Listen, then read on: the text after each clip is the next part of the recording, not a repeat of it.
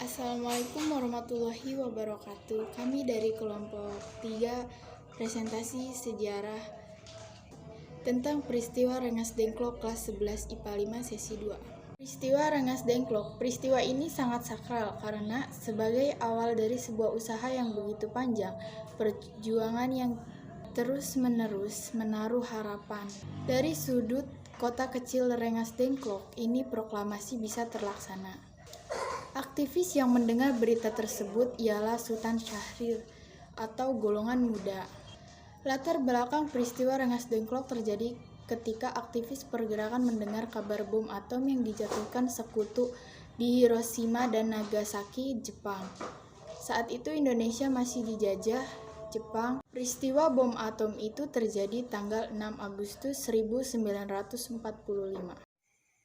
Setelah mendengar berita kekalahan Jepang, golongan pemuda ini mengadakan rapat yang dipimpin oleh Khairul Saleh dengan tujuan untuk segera memproklamasikan kemerdekaan Indonesia. Namun terjadi perdebatan antara golongan muda dan tua, dikarenakan golongan tua percaya dengan Jepang akan diberikan kemerdekaan karena sebelumnya sudah membuat BPUPKI dan PPKI. Namun kelompok muda bersikeras tidak ingin ada keterkaitan kemerdekaan Indonesia dengan Jepang, karena menurut kelompok muda Indonesia harus merdeka dengan kaki sendiri.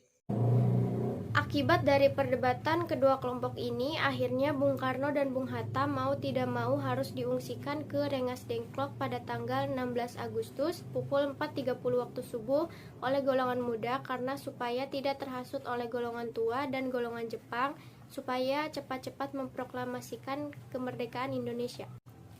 Setelah peristiwa tersebut, golongan tua mencari keberadaan Bung Karno yang diwakili oleh Ahmad Subarjo ke Rengas Dengklok untuk merundingkannya di sana juga.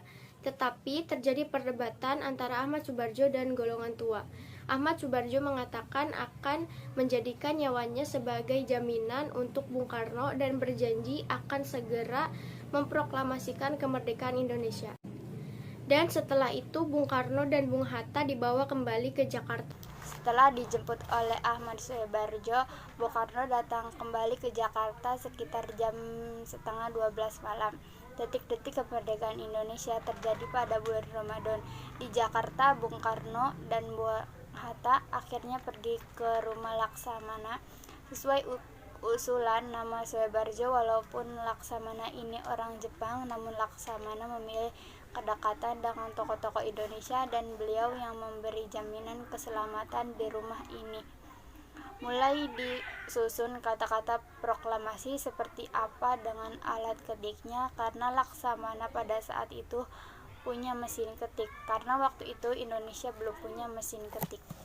Akhirnya, naskah proklamasi tersusun selesai sekitar jam 4.30 atau subuh.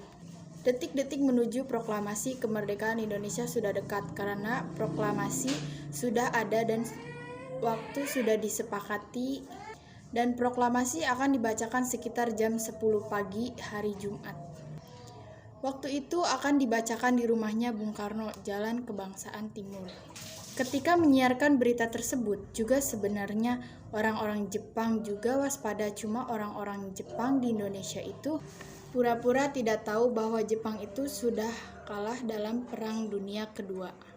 Tapi sebenarnya Indonesia itu tahu bahwa Jepang itu sudah kalah, walaupun Jepang sedang berpatroli dan sebagainya, orang Indonesia cuek-cuek saja. Tetapi tetap ada penjagaan yang ketat ketika akan memproklamasikan kemerdekaan Indonesia yang akan dibacakan oleh Bung Karno nanti. Detik-detik kemerdekaan bangsa Indonesia sudah mulai terasa atmosfernya setelah berasa banget.